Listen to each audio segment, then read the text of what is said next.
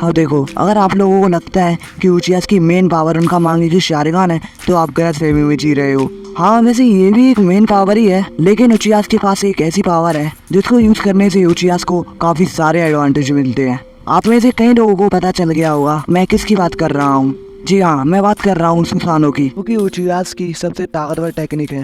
अब देखो, सुसानो को कंट्रोल करना और उसको अनलॉक करना किसी बच्चे का खेल नहीं है कि कोई भी उचिया कर ले। और सबसे बड़ी बात, सुसानो को अनलॉक करने के लिए आपको इटर्नल मांगी की शारिगान चाहिए होगी। और आज की वीडियो में मैं आपको उन लोगों के बारे में भी बताऊंगा जिन्होंने सुसानो को बिना इटर्नल मांगी की शारिगान के अनलॉक किया है। तो चलो वीडियो को स्टार्ट करते हैं।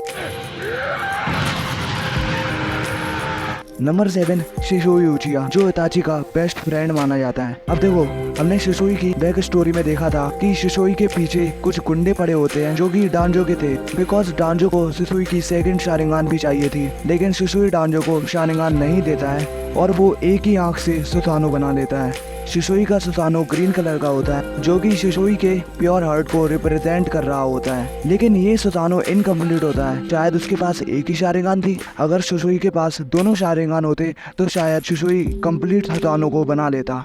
पर क्वेश्चन ये है कि शिसोई ने एक शारिगान से सुसानो बनाया कैसे। तो देखो, इसके बारे में वैसे तो किसी ने कंफर्म तो बोला नहीं है, पर इसके बारे में एक थ्योरी है जो बताती है शिसोई ने शायद पहले से ही सुसानो को अनलॉक किया होगा। मतलब जब डांजो ने शिसोई की एक शारिगान नहीं ली थी तो उसने पहले से ही सुसानो को एक्टिवेट कर लिया होगा। इसीलिए शायद शिसोई ने एक ही शारिगान से सुसानो को एक्टिवेट कर लिया था।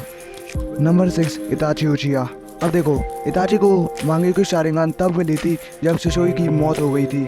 अब देखो, इस बंदे ने बिना इटर्नल मांगी की शारिगान के सुसानो को एक्टिवेट किया है। इताची ने फर्स्ट टाइम सास्के के सामने सुसानो को एक्टिवेट किया था, लेकिन ये सुसानो भी अनकम्प्लीट होता है बिकॉज इताची के पास इटर्नल मांगी की शारिगान नहीं है। लेकिन इताची का सुसानो अनकम्प्लीट होने के बावजूद उसके सुसानो की पावर नेक्स्ट लेवल है। जैसे कि इताची के सुसानो पर जो भी अटैक करेगा तो उसका अटैक उसी पर रिफ्लेक्ट हो जाएगा। और एक और पावर है कि इताची का सुसानो किसी को भी अपने अंदर सील कर लेता है, जैसे कि ओरोचिमारू को सील किया था। अगर इताची के पास इटर्नल मांगी की शारिगान होती तो शायद इताची कंप्लीट सुसानो बना लेता। पर भाई मादरा उचिया, भाई ये वही बंदा है जिसने सबसे पहले मांगी की शारिगान को अनलॉक किया था। अब देखो, मादरा का सुसानो बहुत ज्यादा स्ट्रॉन्ग है। मादरा के सुसानो के पास 4 हाथ थे और शायद 3 या 4 मुंह भी थे और चारों हाथों में एक एक स्वॉर्ड भी थी। और देखो, मादरा का सुसानो डार्क ब्लू है जो कि रिप्रेजेंट करता है कि मादरा कितना डार्केस्ट बंदा है। और मादरा की एक खास बात थी कि वो अपने क्लोन से भी सुसानो को बनवा सकता है,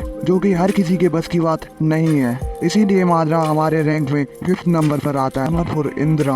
अब देखो, हमें इसके बारे में इतना कुछ नहीं बताया गया है, हाँ, लेकिन हमें एक बात पता है जो कि है इंद्रा ने बिना इटर्नल मांगी की शारिगान के सुसानो को एक्टिवेट कर लिया था। लेकिन इसके पीछे उसके डैड का हाथ है। और इंदिरा का सुसानो बाकी सुसानो के मुकाबले सबसे बड़ा है और इसका सुसानो बहुत ज्यादा स्ट्रॉन्ग है। Number 3, Sasuke उचिया। देखो, सास्के ने अपना मांगी की शारिगान तब अनलॉक किया था जब उसने इताची को मार दिया था। और सास्के ने इताची के मांगी की शारिगान को खुद में इम्प्लेंट कर लिया था, जिससे उसका इटर्नल मांगी की शारिगान अनलॉक होता है। इसके बाद सास्के ट्रू सुसानो बनाता है। और मेरे हिसाब से सास्के वो बंदा है जिसने एक सुसानो का फुल पोटेंशियल का यूज किया है। और सास्के अपने सुसानो को आर्मर की तरह यूज करता है। और सास्के का सुसानो इंदिरा के सुसानो जैसा दिखता है। और सास्के का सुसानो चिदोरी भी यूज कर सकता है। सच में सास्के का सुसानो बहुत ज्यादा स्ट्रॉन्ग है।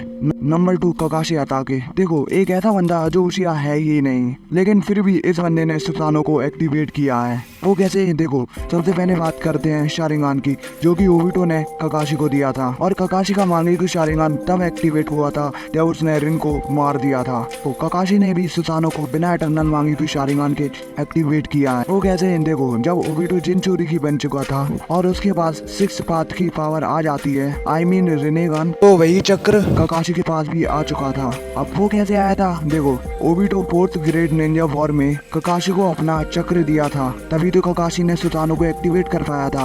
अब बात करते हैं ककाशी के सुसानो की।